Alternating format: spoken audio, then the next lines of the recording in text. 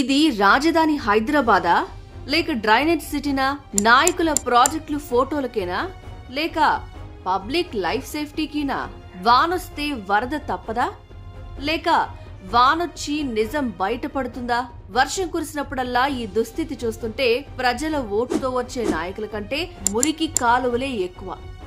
అసలు రాజధాని హైదరాబాద్ కు ఎందుకీ దుస్థితి? ప్రతి సంవత్సరం వర్షాకాలం మొదలైతేనే రాజధాని హైదరాబాద్ రోడ్లు, కాలనీలు నీట మునిగిపోవడం అలవాటైపోయింది. ఒక మోస్తరు వానకే రోడ్లు వాగుల్లా మారిపోవడం, లోతట్టు ప్రాంతాలు మునగడం ఇప్పుడు కొత్త విషయం కాదు. కోట్ల రూపాయల బడ్జెట్ కేటాయింపులు, స్మార్ట్ సిటీ హామీలు, ఆధునిక డ్రైనేజ్ వ్యవస్థల ప్రకటనలు అన్నీ కాగితాలకే పరిమితమయ్యాయి. స్మార్ట్ వాటర్ డ్రైన్స్ నిర్మాణం పేరుతో ప్రారంభించిన పనులు సగం దాకా ఆగిపోవడం, ఎక్కడ చూసినా చెత్త, ప్లాస్టిక్, ఇసుకతో బ్లాక్ అయిన కాలువలు ఇవన్నీ వరదకు కారణమవుతున్నాయి. వర్షం కురిస్తే ప్రజలు బకెట్లు పట్టుకొని నీరు బయటకు తోలాల్సి వస్తోంది. అదే సమయంలో రాజకీయ నాయకులు మైక్ పట్టుకొని ఒకరి మీద మరొకరు ఆరోపణలు చేసుకుంటారు.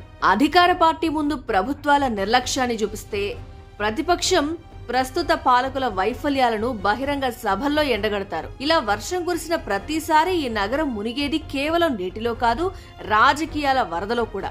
నిజంగా అభివృద్ధి కావాలి అంటే వరద తర్వాత ఫోటోలు తీయడం కాదు, వరద రాకముందే సమస్యల్ని తుడిచిపెట్టే ప్లానింగ్ కావాలి. లేకపోతే హైదరాబాద్ స్మార్ట్ సిటీ అనిపించుకోవడం కంటే సింకింగ్ సిటీ అనిపించుకునే రోజులు దూరంలో లేవు. ఇది 21వ శతాబ్దపు రాజధానికి తగిన దృశ్యమా? కోట్ల రూపాయలు కేటాయించాము అంటూ ప్రభుత్వాలు గొప్పలు చెప్పుకుంటాయి. Smart city, world class drainage, modern infra అన్ని పేపర్ల మీదే. నేల మీద బ్లాక్ అయిన మురికి నాళాలు, మురికి నీటిలో మునిగిపోయిన బస్తీలు, చెత్తతో కిక్కిరిసిన కాలువలు, ఎటు చూసినా ఇదే దుస్థితి. ప్రజలు మాత్రం విసిగిపోయారు. ప్రతి ఏడాది ఇదే కథ. వాన పడితే మా ఇళ్లల్లో పడక మీద కూర్చోవాలి, కిచెన్లో నీరు, మేమెక్కడికి వెళ్ళాలి అంటున్నారు లోతట్టు ప్రాంతాల వారు. ఆగ్రహంతో కొందరు నేరుగా ప్రశ్నిస్తున్నారు. ఒక్కోసారి వరదలనేవి సహజం, కానీ ప్రతిసారి వర్షం కురిసినప్పుడల్లా ఈ దుస్థితి సహజమేనా? మేము పన్నులు చెల్లించేది అభివృద్ధికా లేక ఏదైనా నేర్చుకోవడానికా? రాజకీయాల సంగతి వేరే. అధికార పార్టీ మైకు పట్టుకుని ముందు ప్రభుత్వాల నిర్లక్ష్యం అంటూ తప్పించుకుంటే ప్రతిపక్షం ప్రస్తుత పాలకుల అవినీతి అంటూ సభల్లో కేకలేస్తోంది. ప్రజలు మాత్రం ఎవరి కేకలతోనూ కాదు, నీటి ముంపుతోనే మునిగిపోతున్నారు. కోట్ల బడ్జెట్లు ఎక్కడికి పోతున్నాయో ఎవ్వరికీ తెలీదు.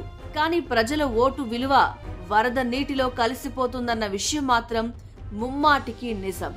ఇలాంటి మరిన్ని విషయాల కోసం ఇప్పుడే టీ చౌరస్తా టీవీ ఛానల్ ను సబ్స్క్రైబ్ చేసుకోండి.